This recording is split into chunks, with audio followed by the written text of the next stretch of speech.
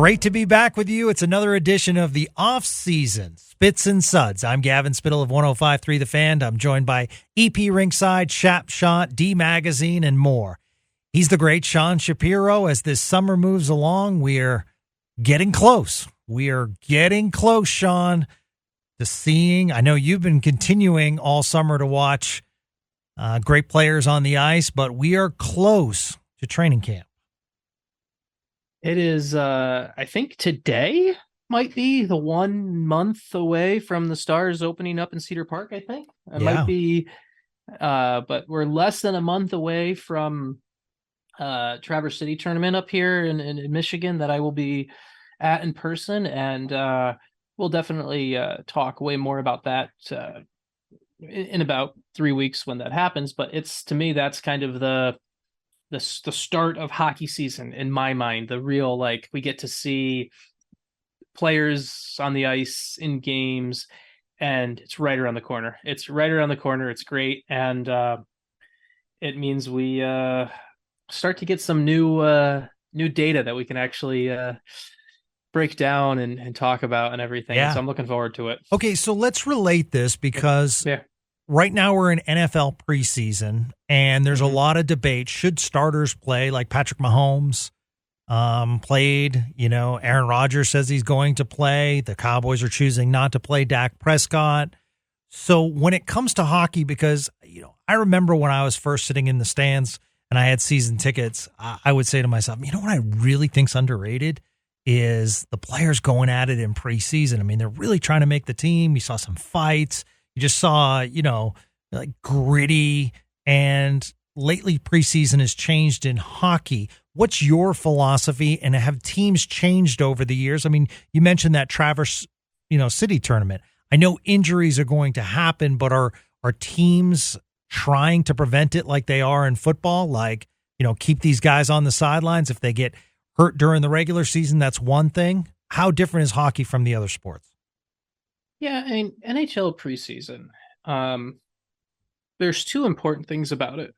One, it is too long. I agree with that. Like, it's too many games. I think they really should, it should probably be 3 to 4 games at most. Right now, we sometimes see teams play upwards of 7 or 8 preseason games, which is way too many. The other thing about preseason is you don't really, most players don't need it. Like the perfect example, I mean, it's to cherry pick from the top, but Jason Robertson played 0 preseason games last year. Jason Robertson was the Stars' top scorer, set a new franchise record for points, played 0 preseason games. Jason Robertson is a perfect example that certain players don't need preseason. Jamie Benn doesn't need a preseason game. Miro Heiskanen doesn't need a preseason game. I would often talk with the players. I honestly think the only reason preseason should continue to exist, not the only reason, but one of the reasons to keep it for actual roster players is I always I would talk to Ben Bishop about this, and Ben Bishop felt that he needed about 40 minutes of preseason time. He needed about 40 minutes of real game action to get into a groove, to get the body going, to kind of get everything on track. And that was about it. That was really all he needed. And I think kind of there are certain things that get done that way, because preseason in general, and as we see with the NFL, it's not about building a power play unit or putting together an offensive line or whatever. It's about finding the fringes of the roster. And in hockey, it's become even less about finding the fringes of the roster. And this will get to a topic we'll talk to in a little bit more so further. In hockey, the roster is largely set already. And I know people want to think like, I'm going to go see some camp battles and everything like that. Camp battles are waged in June and July on paper. They're waged on contracts. Contracts make jobs. And I know that's something that is like, people like to believe that, hey, there's a chance that every guy's going to make the team and everyone goes into camp with an opportunity and all of that stuff. But really, for some teams, like the Stars have no jobs available in camp.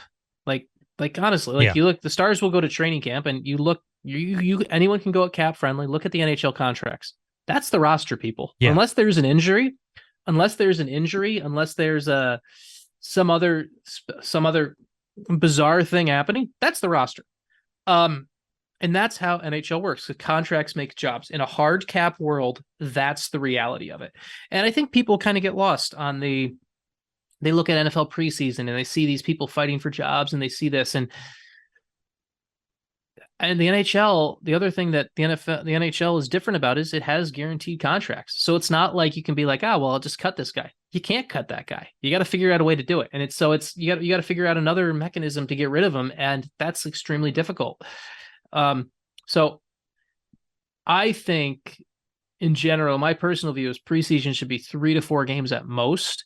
It allows you to get 2 games of see some young guys play, get some of those battles out of the way that you still have on those rare ones you do, and then 1 dress rehearsal game. That's really what I think preseason should be. Now, the Traverse City tournament, I think, is different because it is different. The Traverse City tournament is just a prospect tournament. It will be just the Stars prospects against the Red Wings prospects, against the Blue Jackets prospects, against the Maple Leafs prospects. It's a great chance to see players against their peers, and you get a really good idea for where they are in the world. Like, I go back to the first time I watched Miro Heiskanen play live in a game was in Traverse City, and he played the first 2 games of that Traverse City tournament. And you talk about it's not even like the varsity kid playing against freshmen. It was like the varsity kid like playing against like middle schoolers. That's what it was like. And you're like, okay, this isn't his peer group. He's never in this peer group anymore. He's in, and obviously we see now he is properly so regarded as a top 3 defenseman in the world. That tournament I love for that reason, but it's not preseason. Jobs really aren't won in Traverse City. It's an analysis of prospect pools against each other and long-term planning of what you can kind of expect for certain players, and it's a good way to start the season. So did the Wyatt Johnston bandwagon begin in Traverse City last year? The Wyatt Johnston, I mean, we've talked about Wyatt Johnston. He was good in Traverse City. But the Wyatt Johnston bandwagon, people have to remember, is he didn't win the job in camp. And I wrote about this last year. Like, the plan was always for him to be on the team from the start of the year because of the NHL CHL agreement. And I know we have a lot of people who have listened to this show for a while who know what that is, but the quick elevator point of it, Wyatt Johnston was 19. He either could make the NHL or he'd have to return to Windsor. There was no in between. The Stars felt that him being on the NHL roster, living with Joe Pavelski, even if it meant some healthy scratches, returning to World Junior for a little bit, coming back, maybe the occasional conditioning stint, was better than going back to the OHL. So while Wyatt Johnston outperformed expectations, the plan was always for him. The plan was always for him to be all year in Dallas. So, and I think we need to give Stars brass credit for recognizing that he was ready for this. I think that's something. And B, it's a good reminder to look back on things and remember that the job, while his showing he can't prove he should still stick around, but it was already his spot on the roster and his spot in Joe Pavelski's house was already set before he even stepped foot in Frisco. So Traverse City only just gave more data points to prove, hey, you should still be there. So that's something that I think if you want to hop into it right now, I think it would leads to a really good conversation about some other prospect things too that we were talking about before we hit record on the air here. Yeah, sure. It does because yesterday there was a tweet sent out by a Spits and Suds listener. What's up, Chris Barnard? And he said to a lot of the people, and credit to the people that do cover the Stars, it was awesome to see how many people responded, including you and I. And the question was, odds Leon Bixel makes the Stars this season. So everyone answered, including you, Sean. And your response was, makes the team or plays a game? Because the chances of him making team are about as close to 0 as possible. So, and I completely agree with you. First off, we have to talk. He's recovering from an injury. So broken ankle, like a broken ankle. Yeah, like we're not just talking injury. Hockey. We're talking we're talking a broken ankle. Like that's something where you're coming off that. That's difficult. So right. But, and I think I think it is the the Wyatt Johnston effect of him having such an impact coming from juniors. And I think the other thing is that we as sports fans overall, we love prospects. Just like we love the backup quarterback, like we love the backup goalie. There are just certain things that, as sports fans, like we hear the name over and over, and therefore we're like, here it comes. This is going to be the next big thing. And I try to tell people when they ask my personal opinion about prospects, just like I think that's a great point. You seeing Heiskanen at Traverse City, you can watch a lot of tape. But there are certain leagues that have more open ice than others. And I love watching junior hockey. I love watching international because I think the levels raise because you're getting the best of the best from the country. But at the same time, I love watching prospects in the AHL because the ice shrinks, so to speak. You have some quality vets down there that are, trying to make the club as well. And just the competition is better. And we saw that with Thomas Harley and Maverick Bourque last year, Sean, where it takes a while. That first half can be a little difficult at times, but both thrived in the second half. And we saw what happened to Harley at the end of the year with Dallas. The Thomas Harley at the beginning of the year was not the Thomas Harley that got called up for the Stars. Well, it's the same thing goes back to 2 seasons ago. And Jake Ottinger has even admitted this to me multiple times. They started Jake Ottinger in the AHL, and they had Braden Holtby and Anton Hudobin and everything like that. Because what Jake Ottinger was at the end of that year in that Calgary series, that was not Jake Ottinger in September and October. And Ottinger will even admit he needed that. And it was tough. He's a very proud guy. It humbled him a bit, but he needed that. And so it's not like one of the narratives of the 21-22 season that I always hate, and it's more of a national narrative than people who actually follow the team, but it would be people like, oh, what if the Stars had Ottinger up from September? Jake Ottinger wouldn't have been the goalie he was this past season if they had him up in September that year. He needed that time in Texas. He needed that time down there. And Bixel, to me, I know it was a question from Chris, and there was never really, he's not making the team. He's going to be playing in Texas. I'm fascinated to see what he does in Texas this year. I'm really interested in Traverse City, seeing Texas, see what he does. I'm really interested. The more interesting one, and this is the one that will be a little bit more divisive. And actually, before I get into that, I want to say the reason making the team and playing an NHL game are two very different things. So let's be clear on that. One of the things that the Stars set an unrealistic expectation for last year is, Gavin, they only played 8 defensemen last year. That's amazing. Right? That's amazing. The average NHL team plays around 13 to 14 defensemen a season. Now, 3 or 4 of them are playing one game call-ups, things like that. So the fact Bixel could play an NHL game this year, like I wouldn't bet against that. Like I would not take any financial bet against that, because in a given season with the nature of the sport and injuries, you could have to go 14 deep on the depth chart, and you never know. But it's like for a game or two. So making the team and playing an NHL game are two very different things. And so I could see Bixel play an NHL game this year. I could see now the Stars hopefully are not in that spot, because if Bixel is playing NHL games this year, that means they have gone deep into the injury pool, and then there's a whole nother issue, and we're having another podcast discussion about that. Moving on from defense to a player where I think this is the one that is the hype train that is really strong, and the guy who I talked about guys about roster spots being one on paper. The one guy who actually has a chance, I think, to potentially win a job in camp, but once again it's going to be interesting to see how it goes, is the hype train for Logan Stankoven is off the rails, Gavin. Yep. And it is, and the kid's going to be great. As a through my job over at EP Rinkside, we do right now. We're publishing. They're going through and publishing the top uh the top affiliated prospects, a list of 100 to 1 of the top affiliated prospects in the NHL right now. Players who have been drafted already.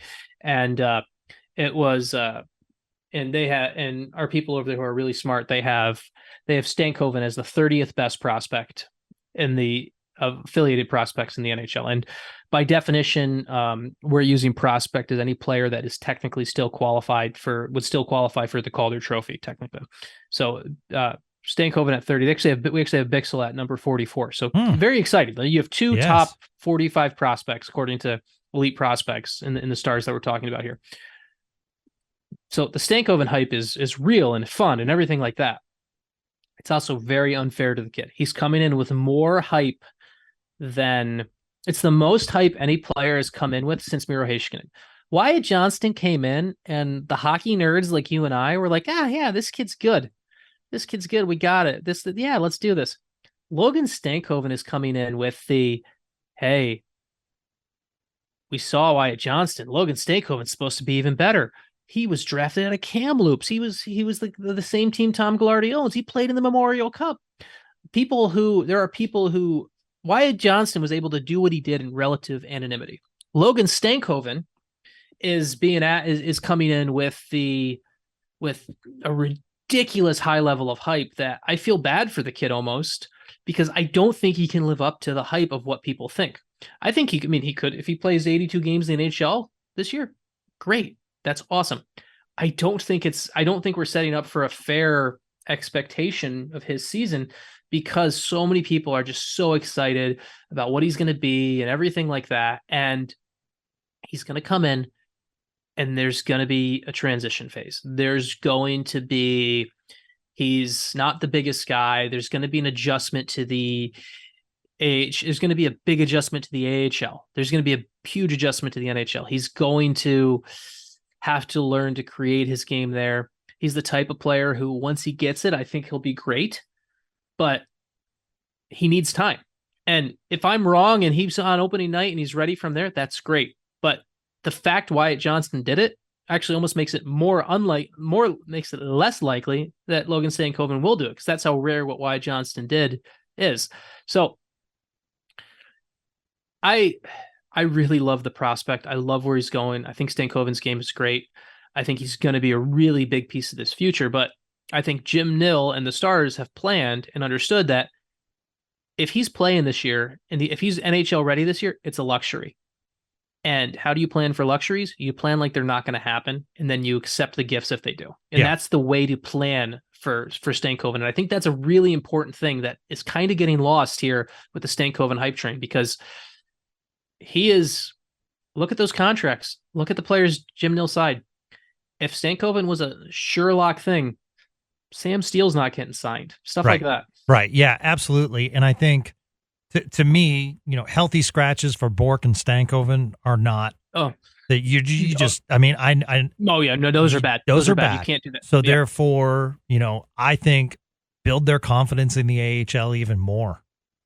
Like that's. I think Texas is going to be a younger team this year. They still have some of their veterans, but they're going to be a younger team this year. You look at the development over, play Bork and Stankoven together. Play him with you could play him with a guy like Curtis McKenzie, a veteran who has NHL understanding that will be a little bit more of that physical force on the wing to allow the other two to be the play drivers, and let them build that long-term chemistry together. I mean, that's the other thing that I'd love to see in Texas. And if they can do that, and then they can prove that they're ready for the NHL, and when an injury happens, come up and hold the spot, great. Yep. But because the Stars are in, and this is a great window to be in, Gavin. If the Stars were in the Nashville Predators space, I would want Logan Stankoven on the team, because the Predators aren't winning a Stanley Cup this year. I know that I'm going to lose some game. I'm willing to lose some games in the NHL this year for the long-term plan if I'm Barry Trotz. Yeah. The Dallas Stars can win the Stanley Cup this year. So you have to think about it that way. You're trying to win the Stanley Cup and obviously keep a foot in the development path at the same time. The best path for everyone, to me, is honestly for Stankoven not to be on the opening night roster. I think the hype train might be too much. I think it's a space where you'd be better off with Stankoven getting that opportunity when injury happens, allowing to kind of step into the pro game. And that's what I would say. So I mean, that's yeah, because where are you going to, I mean, both Bork and Stankoven, they're top 2-line players. Oh yeah. So, and there is more space. Let's be clear. With Pete DeBoer's system and with how they want to run, there is more space for Stankoven and Bork to potentially play bottom 6 roles because this is not a Rick Bowness team. So there is space for that. That is possible. But the minute usage and things like that if we're talking about a guy playing 11 minutes, hypothetical, right? 11 minutes, 12 minutes at most. Do you want to use that on Sam Steele, who's making $1 million? And I think it could be a pretty sneaky, I think Sam Steele could be a sneaky good Stars fan favorite this year that people don't know about yet. Or do you want to burn a year of Logan Stankoven's contract? That's the other thing about the economic part of this. By Bork and Stankoven, well, Stankoven, honestly, I just think with this cap world and everything like that, the time spent in the AHL for them, from a team perspective, and this is selfish from a team perspective, but it's true, from a team perspective, you're better off long-term being able to keep some of those contract values down when you're going to have to, you're going to have to, think about it this way, Gavin. I believe, if I'm not incorrect, Stankoven's next deal will be at the same summer of Jason Robertson's next deal. So that is going to be, if you have Logan Stankoven come in and you force him in right away and you give him the world as his oyster right away, you're potentially setting yourself up for a very expensive summer that you may not survive. Yeah. So I hope I hope I've made a good point. No, here, you have, absolutely. And the other thing prospects do, and the reason that you want them to be seasoned and not rushed, is the following. At some point, I believe the Stars are going to have to make a tough cap decision on one of their players. And, when you have top prospects and they do pan out, that allows you the freedom. Clearly, when they come up, they're at much less than signing a UFA. Therefore, you can get the other parts that you need to be a Stanley Cup contender every single year. So I think, just getting back to Bixel real quick, I think it's a size thing too, Sean, that everyone sees the size and everyone's like, we need to be more physical on the blue line due to what happened in the playoffs and everything like that. I think that's the fascination as well. But I think history shows that it's very rare for a big prospect. It takes a little bit more time. Alexiak, Zdeno Chara, Tyler Myers. These guys take a little bit more time to get going. Well, here's the other thing too. So with Bixel, just to be fair to him, so Jamie Alexiak plays at around 260 pounds. Okay. That's Jamie Alexiak's weight. He's 6. Bixel is listed, and I've seen him before, but he's listed at 212. He's listed at 212. So we're talking about a string bean in many cases. He's a big kid. He really has to bulk up. You talk about the size and the length will be good, but you talk about the size, you're talking about a guy who looks a little bit more like a basketball player build wise than a hockey player sometimes when he walks in. He has to bulk up. And that's something that is going to be very important down in Cedar Park this year with his off ice development. Yeah, you're absolutely right. I mean, hey, listen, these are great discussions. This is what I'm excited about because the prospect pool wasn't always that deep. So it's awesome. More great news from the franchise locally. The Stars announced that the Victory Club memberships for the lower bowl and the platinum level at the AAC are sold out for 23-24. They will have a limited number of single game tickets and group tickets for these levels. But Sean, the barn will be mostly full. Congratulations to everyone at the staff at the Dallas Stars for all their hard work. Yes, getting to the Western Conference Finals is a major factor, but it's great. It's great that hockey is thriving and that people are excited about this Stars team. They're excited about what they did in the offseason. So just wanted to throw that tidbit in that, let's be honest, sometimes you go to Stars games in the past and, the lower bowl wasn't always full, especially after the first period as people are just wandering back in from the bar scene. So it's good to see that we'll have a full house for the majority of the season. Well, and you would know this better than I, Gavin, as someone obviously who you work for the station that has the Rangers games. Are we still? And obviously the Rangers are a great story this year, and they've been pushing. Are we still at the spot where the Stars are if you were to step into a room and say, hey, which Dallas team will win the next title? Are the Stars still the best answer for that right now? Yes. Because I would, from my hockey knowledge, I would say yes. And obviously I don't, you're more well-versed in the Rangers landscape on this, but I figured that's still fair, right? Yeah, absolutely. And it's for the first time in a long time, that the Stars and the Rangers have major prospects coming. So success currently at the pro level, and then you look at the minors and you're like, wow, there's some good ones coming as well. So I think we can have some sustained victories here, which would be really nice because Dallas has been in a massive drought. The other thing, Sean, that around here is that there is chatter about this Stars team.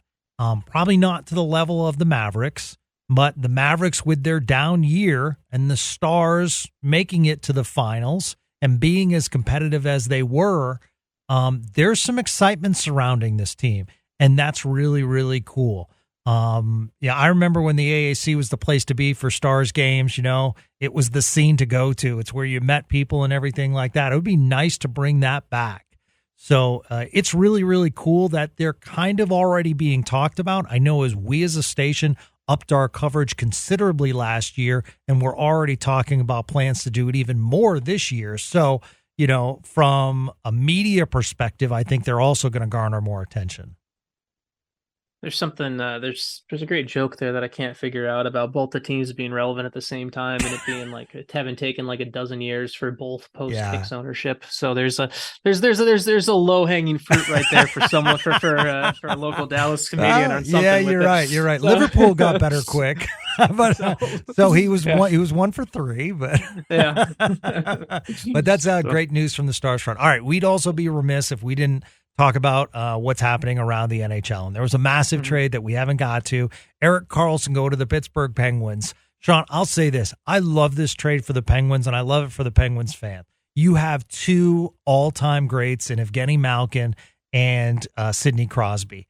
You're going for it. And if I'm a Pittsburgh fan, whether it works out or not, I appreciate Kyle Dubas and Krug going for it. It's and I think part of it, we talked about I think part of Dubas getting that job security as president of hockey operations, I think part of that was kind of, they needed somebody who came in with this spot, who kind of knew that it's like, if you're going to make an omelet, you got to break a few eggs, right? And in hockey, if you're going to win a title, you're going to have to break a few eggs either on the way there or afterwards. And the Penguins, there's going to be some lean years in Pittsburgh.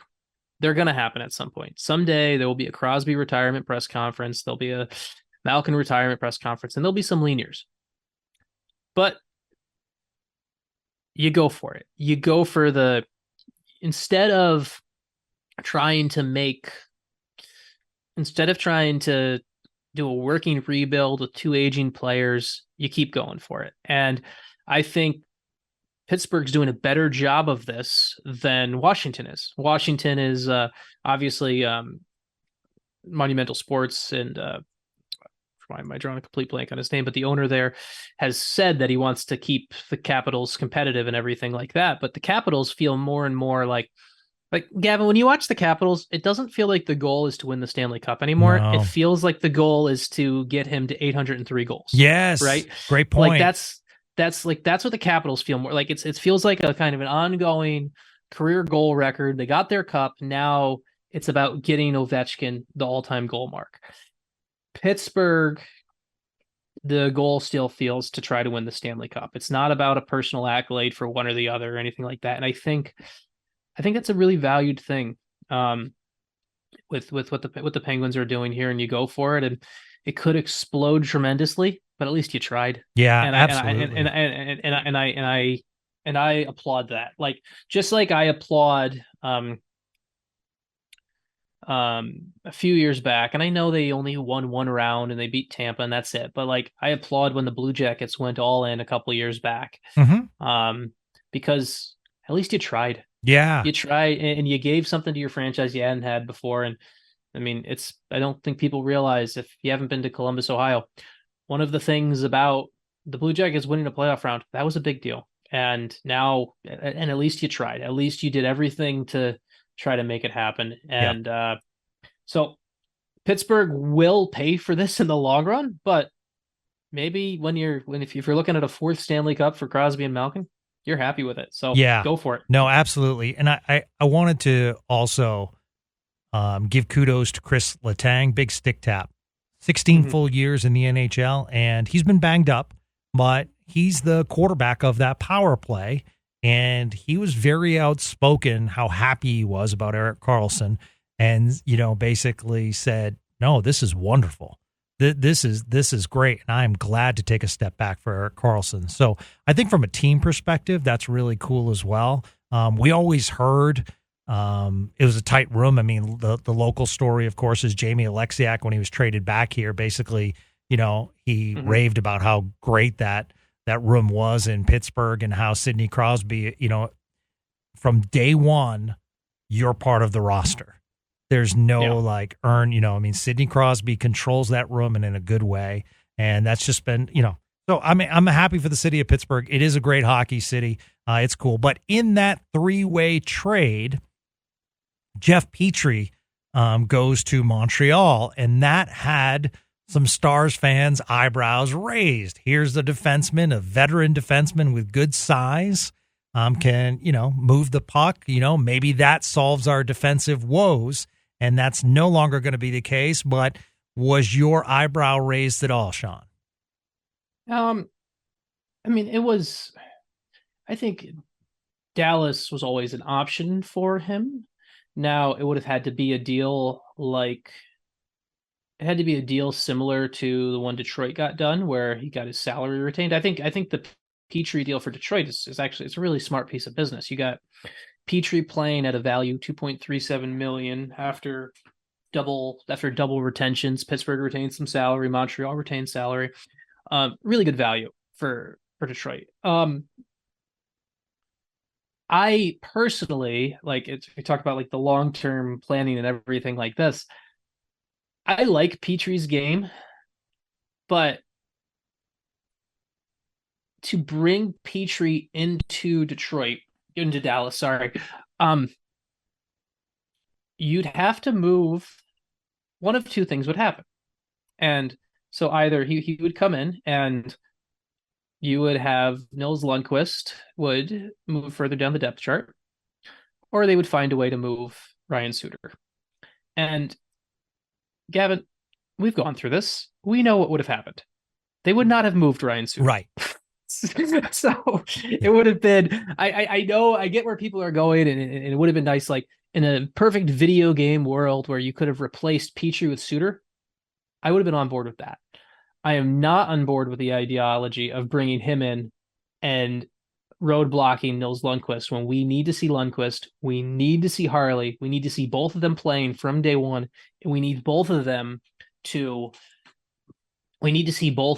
hitting their max potential by game 60, so that we can really see what this team has. And I think the Petrie deal is one where a similar type player, if you don't have that solution at the deadline, go find the guy.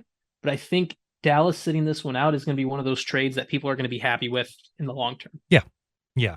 I think it's going to come down to let's see how this defense does. Let's see how it shakes out. And you do have some maneuverability around the trade deadline to if you need to bulk up on defense, which I think they will. But we'll see. But really, really exciting. And this offseason in the NHL, Sean, has been very kind of exciting. This has been a good silly season for hockey fans. Yeah, it has. And it's I'd like to see, and it's an interesting one too that sets us up for a couple like long-term things, right? Because we've got all these people, we've got players taking shorter deals, we've got the future of the cap going up. I'm hoping this is just kind of the precursor to a little bit more fun with player movement in general going forward here. Yeah, absolutely correct. Well, that's going to do it for Spits and Suds. I did want to remind people, if there is a off-season topic that you would like for Sean and I to talk about, just hit us up on Twitter. You can direct message us. I'm at GJ Spittle. Sean is at Sean Shapiro. Feel free to reach out to us. We'd love to talk about the topics that you want to talk about. We're almost there, Stars fan. It's been a great off-season. Sean, you're a beast, and cannot wait. Counting down the days, my friend, until camp. Watching the battles. It's going to be great. Yeah, it's going to be fun. We got Trevor sitting in about 3 weeks, and we'll have some more prospect talk then after seeing some of these guys in person, and we can chat then. It'll be good. Absolutely. We will chat before that. No, we will chat more about prospects at that point. So, and we do have to say, listen, the kids are back to school now, so you're going to have some extra time, and you might be thinking to yourself, well, what am I going to do with that extra time? Well, get ready for Stars season with the book We Win Here. How's that? That is a great plug, man. This is that's well done. Well done. Listen, it's all about supporting the cause. Sean Shapiro is a beast, and if you want him to continue on this podcast, I'll be a shill just like you, Stars fans. All right. He's at EP Ringside. You can support him there. He's at Shap Shots. You can support him there. Email D Magazine and tell him how much you love when Sean Shapiro writes for D Magazine, along with my man David Castillo, by the way. So that's going to do it for another edition of Spits and Suds. For Sean Shapiro, I'm Gavin Spittle. Have a great day, everyone.